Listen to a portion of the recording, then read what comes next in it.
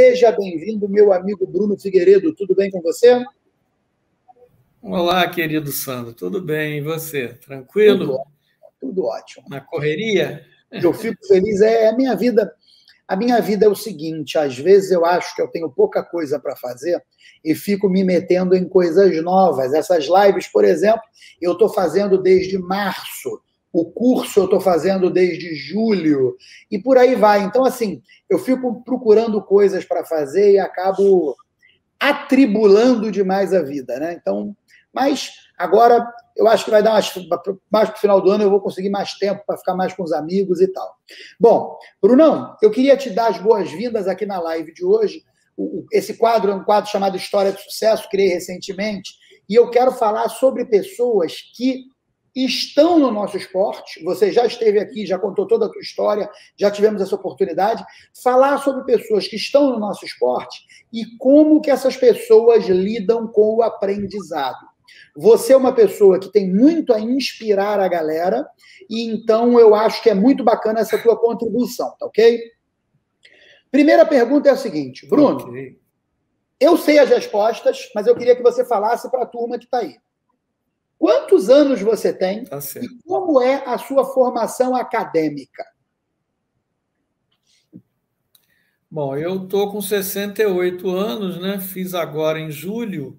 Parabéns. 68. Obrigado. E a minha formação acadêmica é de arquiteto, né? Eu sou arquiteto e não milito muito, tanto quanto eu gostaria na área de arquitetura, né? Que a vida me levou para uma área de consultoria, mas é uma consultoria de engenharia, então tem a ver, a minha formação de arquiteto me ajuda, né? Nisso. E como eu já falei, eu sempre gostei de carro, né? Sempre fui um aficionado por carros e tal. E desde pequeno eu acompanho fazia coleção, inclusive, daquelas revistas, né, de automobilismo. Na época, quando eu era garoto, só tinha, se não me engano, a 4 rodas, né? Tinha sido recém-lançada a 4 rodas e eu não sei nem se Auto Esporte já tinha.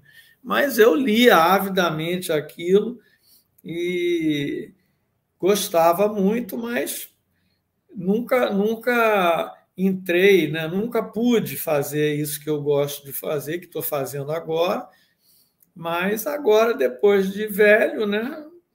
Até minha mulher, que me dá muita força, é muito legal nisso, me falou, poxa, vai fazer. Eu sei que você é apaixonado, se deixar, você já descamba o assunto para o automobilismo, mas hoje eu queria falar só um pouquinho sobre a nossa educação, a educação acadêmica das pessoas, só um pouquinho. Depois a gente vai entrar sobre o automobilismo e você vai ter oportunidade, desculpa te cortar. A pergunta é a seguinte, o que você buscou quando você falou assim, vou me formar arquiteto? Escolhi uma faculdade, vou me formar arquiteto. O que você buscou? Você queria ganhar uma profissão? O que você queria quando você buscou ser arquiteto? Foi uma questão de talento pessoal. Eu sempre gostei. Meu pai, ele era arquiteto e ele pintava muito bem, né? Desenhava e pintava muito bem. E eu e meu irmão, desde pequeno, também gostávamos muito de desenhar e pintar. Quer dizer, pintar até nem tanto, mas desenhar, a gente desenhava muito. E eu vivia fazendo carros, né? E desenhando carros era o meu passatempo. E eu também fazia, sabe aqueles kits de plástico modelismo que tinha da Revell, depois da Estrela, não, da Tamiya e outros, né, outras marcas aí importadas, eu gostava muito de fazer. Mas quando eu estava para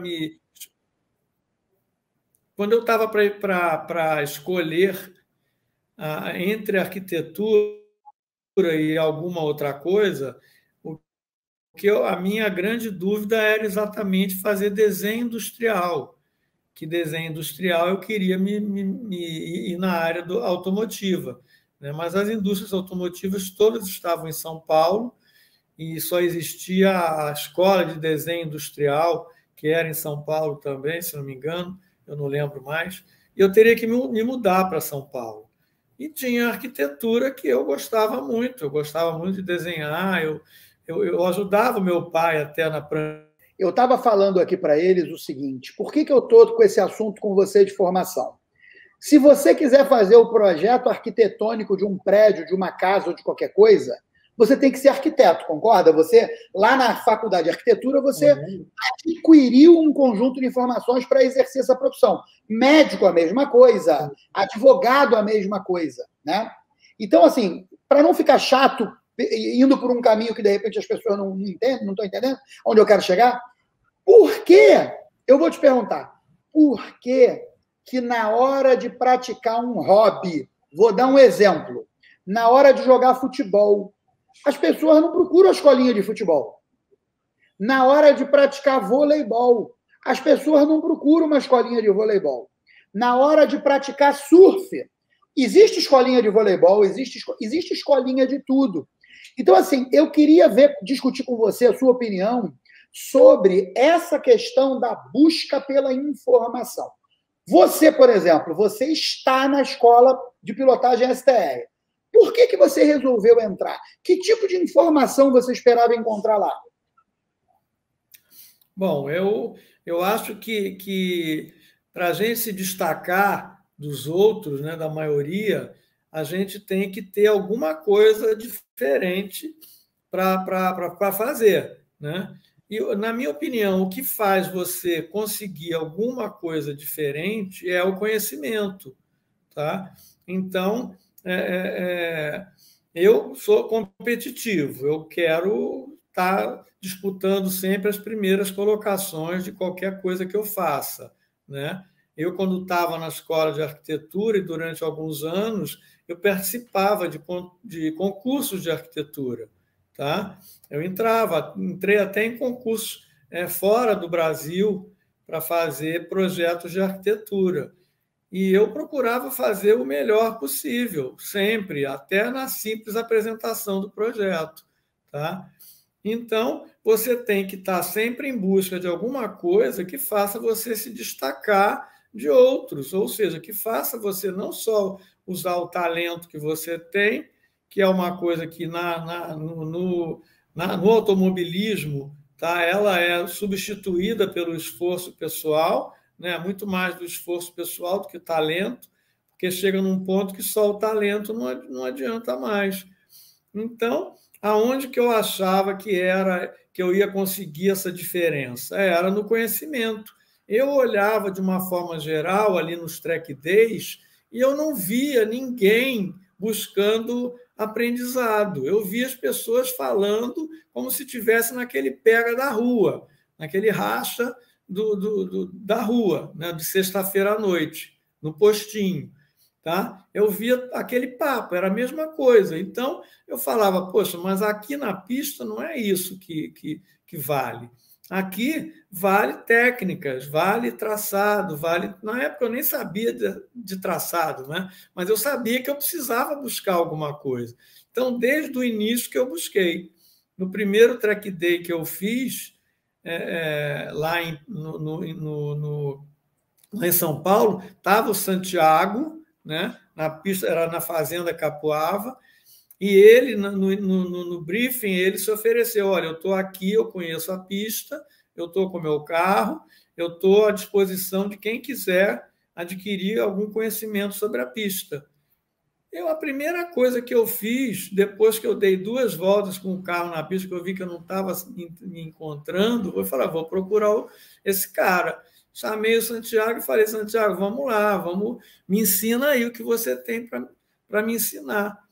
E desde esse momento que eu sempre fiz isso. Tá?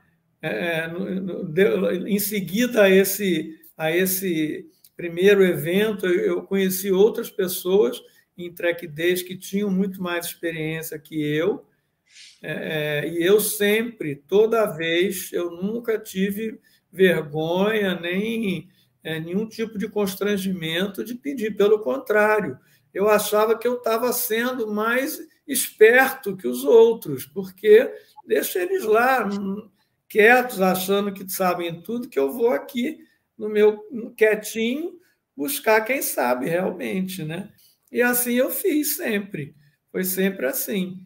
Né? Uma pessoa que eu tenho muito carinho, porque foi o primeiro que foi o Herbert, né, lá de São Paulo, que ele sempre não é aquele, é como você, sabe, que não fica escondendo o conhecimento. Ele demonstrava ter o maior prazer em andar comigo e passar o conhecimento para mim, curtia quando via que eu estava melhorando. Então, eu tive sorte também, né? Conheci pessoas legais. Recentemente, conheci você, e isso deu assim, um pontapé grande para mim, como nas minhas técnicas de pilotagem, porque a gente. Ei, travou. Isso que o Bruno está falando, enquanto ele destrava lá, ele deve estar com algum problema com a internet.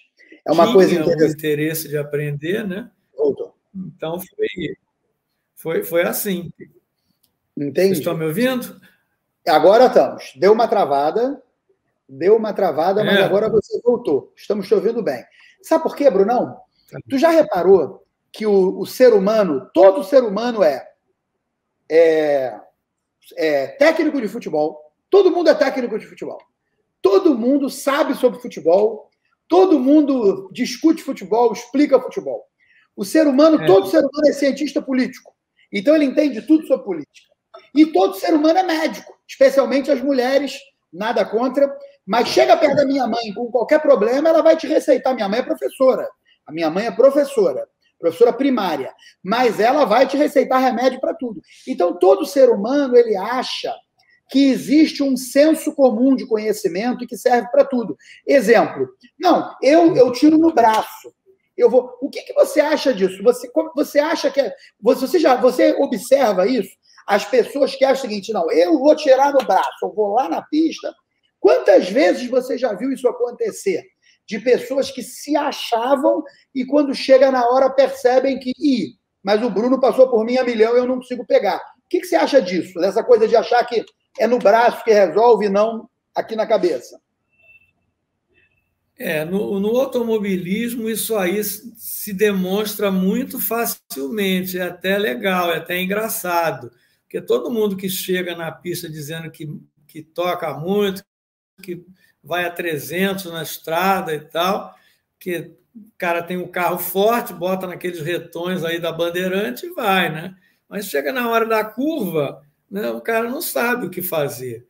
Então é muito engraçado, porque realmente isso acontece muito. Tá? E mesmo eu, que não sou uma pessoa de ficar me querendo falar que eu sou isso, eu sou aquilo, teve um evento, eu acho que tem bem a ver com isso que você está falando. Foi lá em Campos, na pista lá do Fabrício, né, no Plan Speed Park, em Campos. Né, era um evento que tinha muita gente de Campos e Macaé, que eu tenho muitos amigos nessas duas cidades, até mais em Macaé, porque por conta de um outro grupo de carros que eu tinha. E eles ficavam, no início do track deles, ficavam brincando comigo, porque eu sou coroa e tal, e aí ficaram me sacaneando, né? Como é que vai ser e tal, lá, então, será que tu vai conseguir e tal, não sei o quê. Aí eu me lembrei do meu amigo Herbert, que ele tem essa coisa assim, o pessoal chama ele de convencido, né? Mas ele é o tipo do cara que ele mata a cobra, mas mostra o pau, né? Porque ele, às vezes, ele faz essa coisa. Eu me lembrei, vou fazer igual o Herbert faria aqui. Aí eu falei, pois é, não, mas eu já estou muito acostumado com essas críticas.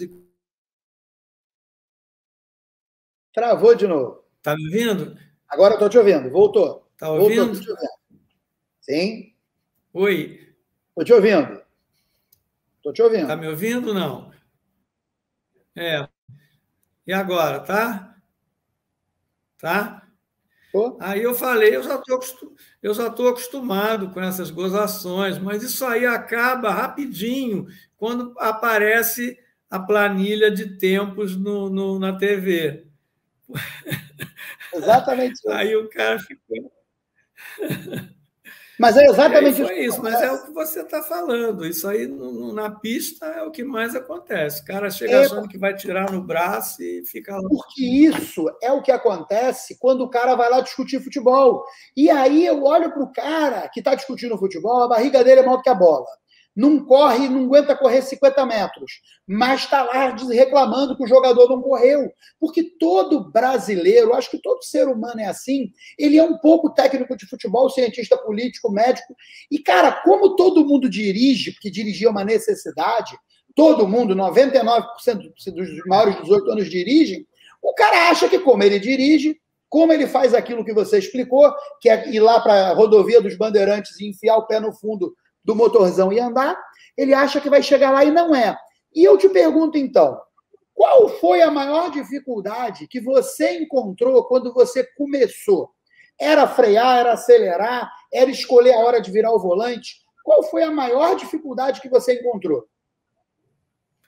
Olha, nesse primeiro dia, eu encontrei todas as dificuldades possíveis, mas a maior, no início mesmo, na primeira curva, era determinar qual a velocidade certa de fazer aquela curva. Eu chegava muito mais rápido do que deveria. Eu achava que eu podia deixar para frear o mais lá dentro possível, ou até não frear, ou frear pouco. Então, você saía arrastando tudo, quase saía da pista, aí até você se dar conta de todos os conceitos que você precisa, dá uma embaralhada legal nos dois neurônios, eles ficam se batendo loucamente, porque você não sabe qual a velocidade que você vai se aproximar, você não sabe quando virar, se não está rápido demais, se está muito anterior ou se já passou do ponto de entrar na curva, entendeu? É tudo. Você não sabe nada. Naquele momento ali, você tem que aprender tudo de novo. Porque o que acontece é isso que você está falando. Sobra coragem e falta saber o que fazer. É normal isso daí. Isso. A não ser que o cara vá para lá com um carro de muita potência. Tirando isso, sobra coragem e falta saber o que fazer. E arrasta tudo, né? E especialmente, se o cara tiver um bom controle do carro, porque tem cara que tem isso, ele tem esse instinto de controle do carro, o volante ao contrário já vem e tal, aí que ferrou mais ainda, porque ele anda de lado pra caramba, mas não vira um catsu e, cara, começa a se frustrar. Como que você fez para não se frustrar e lá no início, para não se frustrar e para conseguir evoluir? Como é que você fez? Por exemplo, não chegar e dizer assim, eu não dou para coisa, eu não consigo aprender isso, eu vou jogar dominó. Como que você fez para não se frustrar e para buscar melhoria? Como é que você fez no início? Então, quando eu saí nesse meu primeiro track day, que eu fui sozinho, deu aquela frustração geral. Eu não fiquei sem saber o que fazer. Mas aí eu busquei a ajuda do Santiago, aí ele sentou no carro comigo, tá? Ele me orientou até de tudo, posição de pedal, posição de volante, forma de sentar, encosto do banco, né, espelho retrovisor, tudo. E aí ele andou comigo, ele dirigindo, eu dirigindo também, tá? E aí ele começou a passar os conceitos para mim, naquela coisa do menos é mais, né? Vai mais lentamente, vai mais devagar e vai tentando progressivamente aumentando. E foi aí que eu realmente, depois desse papo que eu tive com ele, dessa ida à pista que nós tivemos, aí eu reformulei tudo, né? Fui devagar, fui indo aos pouquinhos, começando a sentir o carro, começando como é que era, essa coisa da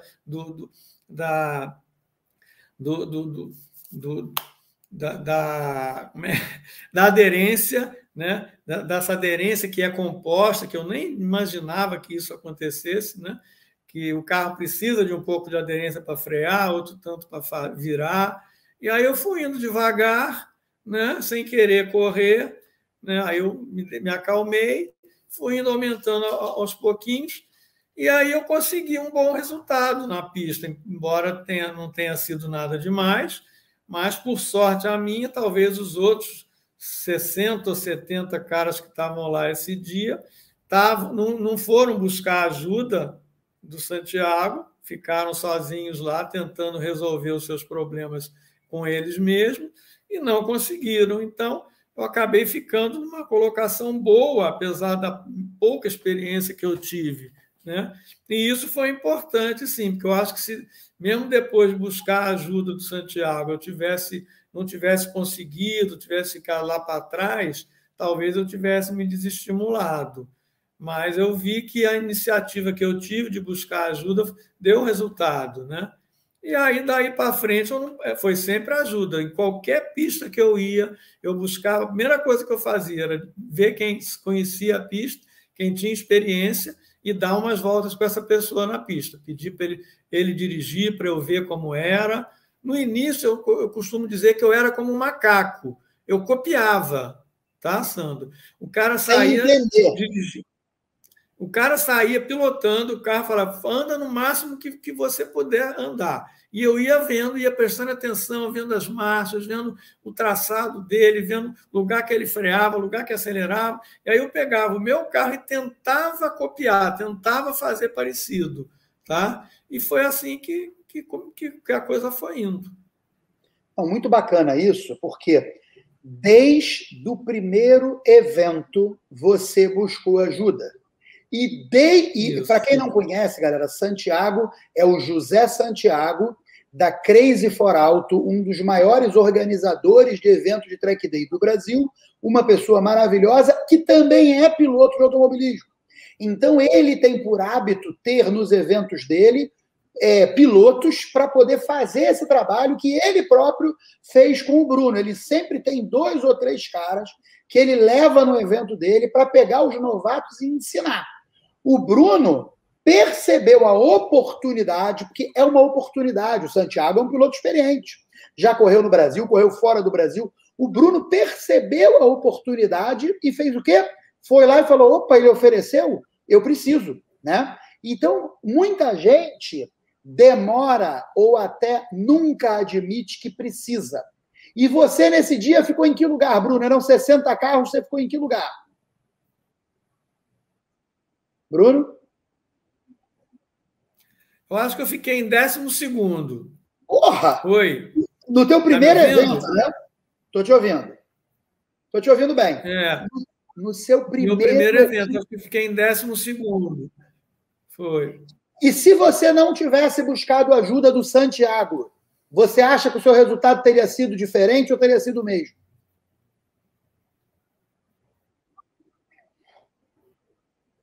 Tá me ouvindo? Bruno? Teria sido totalmente diferente, porque eu estava lá no final. Estou te ouvindo. Oi, eu estou te ouvindo. Tá, pode continuar. Eu estou ouvindo, está me ouvindo? Estou te ouvindo bem. Tá, então eu acho que eu teria ficado lá para o final, porque a primeira vez que eu saí, que eu fui olhar os tempos, eu estava lá embaixo, nos últimos. Eu era um dos últimos, tá? Na tabela, né? E aí depois não, depois que eu fiz o treinamento com ele, eu fui subindo. Aí no final do dia eu fiquei em 12º no geral. Então gostei muito. Entendi. Isso foi muito bom porque isso mostrou maturidade. Você, até por ter começado mais velho, você falou, não é vergonha nenhuma eu buscar ajuda. O Santiago é um cara com experiência, o Santiago tem capacidade para ensinar. E você foi lá, buscou essa ajuda. E o que isso reverteu? Tchum! Você saiu das últimas posições para as primeiras posições. Tem umas pessoas aqui fazendo umas perguntas, eu vou colocar essas perguntas no ar para a gente poder responder, porque eu acho que é legal. O Felipe Gonçalves está perguntando assim, Bruno, você vai rodando com seu carro até os autódromos? Sim, Felipe, eu ia, né? até o final do ano passado, eu ia rodando. O meu carro, ele podia andar na rua, tinha ar-condicionado e tudo, né? Então, eu ia rodando, saía aqui do Rio, ia para São Paulo, até para Cascavel, eu já fui rodando 2 vezes com o meu carro, e andava na pista direto o tempo todo, e depois voltava rodando para casa, né? Agora, do final do ano para cá, que a gente fez uma obra no carro, transformou ele para carro de corrida, aí não dá mais para ir rodando. Agora, lembra, eu fui com você para Curvelo rodando, você lembra? Bruno? Lembro, claro. Você foi no... Botei você no banco concha, né? Você no banco concha, apertadinho, e sem as almofadas, que eu estava com problema no rim, eu botei as suas almofadas no meu banco. Eles querem saber a história do teu Sandero. Como é que começou? Faz um resumo aí para eles, por favor. Vou fazer um resumo, porque foi uma jornada de 5 anos, né? Então, foi uma coisa que demorou muito, né? Mas começou com a compra de um Sandero RS 2016, 0 quilômetro, em fevereiro de 2016, que foi comprado já com a intenção de começar a usar o carro nos track days, né? E aí vem o que o Sandro sempre fala, a gente sempre em busca do conhecimento, em busca da diferenciação, de se destacar de alguma forma. Eu fui buscar as pessoas que entendiam de Sandero RS, que eu não conhecia, não sabia quem era.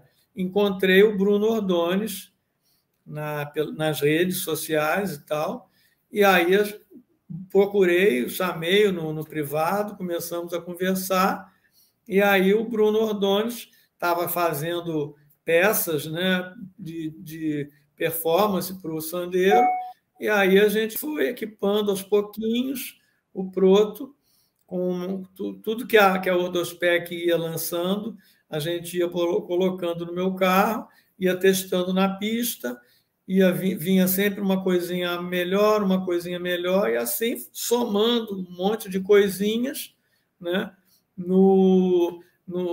culminou no evento que a Renault fez lá em Interlagos, né? o Experience, Renault Experience, que foram 190 e tantos Sandero RS do Brasil todo. Foi o maior evento de track day que a Renault já fez no mundo, se não me engano, e eu fiquei em 3º lugar, né? E foram os 3 carros da Ordospec. Em primeiro ficou o Herbert, um carro igual ao meu. Em segundo ficou quem é que ficou em segundo? O Guinho, né? O Guinho lá de Cascavel. E em terceiro eu. Nessa época não existia ainda o kit RS200, tá? O kit RS200 foi colocado no meu carro depois. Mas nesse evento a gente virou, o Herbert, que fez o P1, virou 2 minutos 05, eu virei 2:06. E o Guinho virou 2:06 também, um pouquinho menos que eu. E aí, só para você ter uma ideia, depois que eu coloquei o Sandero, o kit RS200, o tempo baixou de 0,6 para 0,2. Foi o tempo que eu tenho lá em Interlagos com o Sandero RS. E antes das outras modificações, da gente virar 2,5, 2,6, o meu tempo lá variava de 2,9, 2,10, 2,11. Então, você vê como é que ia dando resultado as coisas que a gente estava fazendo no carro. E agora, depois da obra no carro, eu não andei ainda em Interlagos. Provavelmente deve baixar um pouquinho esse tempo também. Muito bacana. Acho que uma apanhada é isso. Mas olha a pergunta do Helder. O Helder fez uma extensão da questão. Aproveitando a pergunta do Adriano, qual foi o momento em que ele viu que era melhor fazer do RS um carro de corrida? Se eu me atrevo a responder, o Bruno é uma pessoa competitiva e o Bruno está subindo uma escada. Ele tem 68 anos de vida, começou recentemente no Track Day, bem depois dos 60 anos, mas ele está subindo uma escada. Ele está em constante evolução, tanto dele quanto do carro, e eu acho que ele percebeu que para dar o próximo passo que ele queria dar, ele precisava tirar peso do carro, e assim ele fez. Ele foi, tirou peso do carro, fez outras coisas que a Motorfest, nesse caso a Motorfest fez para ele, e o carro dele passou para um outro patamar. Muito provavelmente, quando ele andar de novo em São Paulo, ele vai andar abaixo de 2 minutos. Muito, muito, muito provavelmente.